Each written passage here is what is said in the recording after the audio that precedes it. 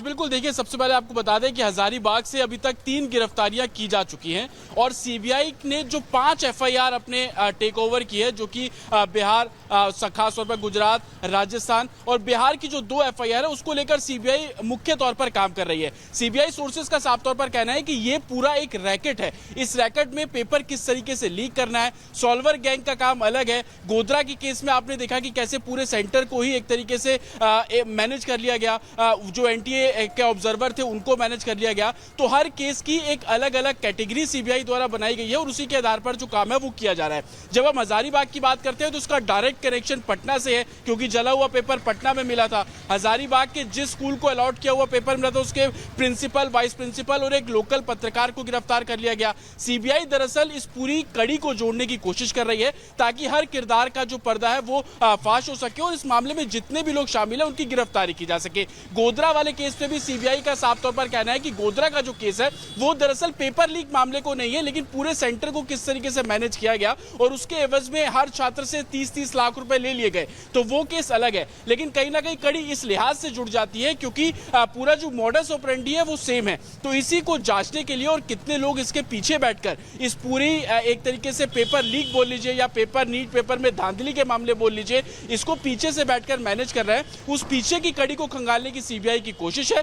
हजारीबाग में आज भी लोगों के स्टेटमेंट जो है वो दर्ज किए जा रहे हैं। जो भी लोग सीबीआई के रडार पर है उनसे पूछताछ की जा रही है। सीबीआई का साफ तौर पर कहना है कि गिरफ्तारी में देरी या यूं कह लीजिए कि स्लो प्रोसेस इस लिहाज से भी है क्योंकि वो पहले पूरे सबूत इकट्ठे कर रहे हैं। इस केस पे आपने देखा कि हजारीबाग के ओएसी स्कूल के जो प्रिंसिपल है एहसान उलक, उनकी गिरफ्तारी 48 घंटे से भी ज्यादा पूछताछ के बाद की गई। सीबीआई का कहना है कि जब हमें सबूत मिल रहे हैं उन सबूत को हम आरोपियों से कन्फ्रंट करा रहे हैं, कन्फ्रंट कराने के बाद जब उसकी तरफ से कोई एक तरीके से ना बोल देना या आप लगातार बता रहे हैं कि किस तरह से हजारीबाग का कनेक्शन सामने आया और लगातार एक एक करके कई खुलासे हो रहे हैं। अनूप लगातार हमारे साथ जुड़े हुए हैं। अनूप, हम यहाँ पर देख रहे हैं कि ऋषभ नाम का एमबीबीएस छात्र, उससे पूछताछ करेगी सीबीआई, लेकिन एक ऋषभ नहीं है, ऐसे कई ऋषभ जिनसे पूछताछ होनी बाकी, लगातार और खुलासे होने बाकी है। देखिए, मैं एक बार एक चीज और करेक्शन कर दूं। राज पांडे जिसका जिक्र किया जा रहा है, राज पांडे की जगह हुक्माराम मुजफ्फरपुर में एग्जाम देने आया था। वो सॉल्वर गैंग से जुड़ा है। नीट पेपर लीक से उसका कोई मामला नहीं, लेकिन सॉल्वर गैंग से उसका नाता है। हालांकि उसे पकड़ा भी गया था हुक्माराम को, लेकिन प्रिंसिपल ने फिर उसे छोड़ दिया था। हालांकि प्रिंसिपल ने वीडियो बनाया, उसकी शिकायत भी की एनटीए में।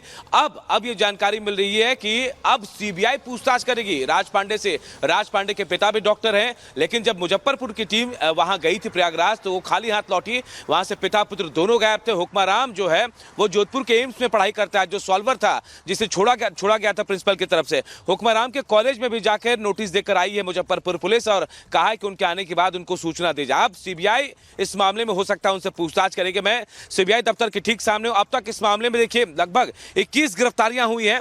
21 में से 13 वो लोग हैं जिनको पुलिस ने गिरफ्तार किया, 5 वो लोग जिनको ईओयू ने गिरफ्तार किया। उसके बाद जो बाकी गिरफ्तारियां हुई है वो सीबीआई ने की है। सीबीआई ने फिलहाल 7 लोगों को अपने रिमांड में लिया है और इसी सीबीआई दफ्तर में उनसे पूछताछ चल रही है और उनसे लगातार पूछा जा रहा है कि आखिर आपका कनेक्शन किन के साथ है। हालांकि अंतर्राज्यीय गिरोह की बात सामने जरूर आ रही है, लेकिन अब तक यही जानकारी निकलकर सामने आ रही है कि ज्यादातर लोग इस मामले में, चाहे बेऊर जेल में सीबीआई ने जिन 13 आरोपियों से पूछताछ की है या फिर जहां सीबीआई दफ्तर में पूछताछ हो रही है, ज्यादातर लोगों ने सिकंदर यादवेंदु या संजीव मुखिया का कनेक्शन बताया है। लेकिन इस बात से इनकार नहीं किया जा सकता कि अंतर्राज्यीय कनेक्शन है और कहीं ना कहीं इसमें साइबर क्रिमिनल्स का भी इन्वॉल्वमेंट हो सकता है, क्योंकि उनके बिना ये इतना बड़ा नेक्सस चलाना संभव नहीं था। सीबीआई आज भी पूछताछ करने वाली है, आज भी पूछताछ करेगी उन आरोपियों से और हर एक नेटवर्क को खंगालने की कोशिश की जा रही है। सिर्फ बिहार में सबसे ज्यादा गिरफ्तारियां हुई है, इसलिए पूरा फोकस सीबीआई का बिहार में है और धीरे धीरे सीबीआई जो है अब एक एक जो है आरोपी उसके शिकंजे को उसको अपने शिकंजे में लेने की कोशिश कर रही है। अब सिकंदर यादवेंदु पहले से गिरफ्तार है, संजीव मुखिया की तलाश की जा रही है, गायब है वो और बताया जा रहा है कि शायद नेपाल में छिपा हो सकता है। रॉकी नाम का एक शख्स का जिक्र सामने आया इस पूरे मामले में, उसे भी तलाशा जा रहा है। कहा जा रहा है कि रॉकी रांची में रेस्टोरेंट चलाता था। जब तक गिरफ्तारी नहीं होती है तब तक ये पूरा नेक्सस कैसे फैला, इसके बारे में जानकारी भी जुटाना कहीं ना कहीं थोड़ा मुश्किल हो रहा है। लेकिन इसी के साथ आपको बता दें कि नीट मामले में बिहार से लेकर के झारखंड तक, झारखंड से लेकर के महाराष्ट्र तक, उसके बाद गुजरात तक, हर जगह तार फैले हुए हैं। सीबीआई हर जगह से इसके कनेक्शन निकालने की कोशिश भी कर रही है और उन लोगों से 4 लोग जिनको गोधरा से रिमांड पर लिया गया है उनसे पूछताछ भी कर रही है। इसी के साथ आपको बताएं कि किस तरीके से नीट मामले को लेकर के विपक्ष ने भी हंगामा किया। अब ऐसे में सरकार पर भी सवाल खड़े हुए तो सरकार ने जवाब भी दिया।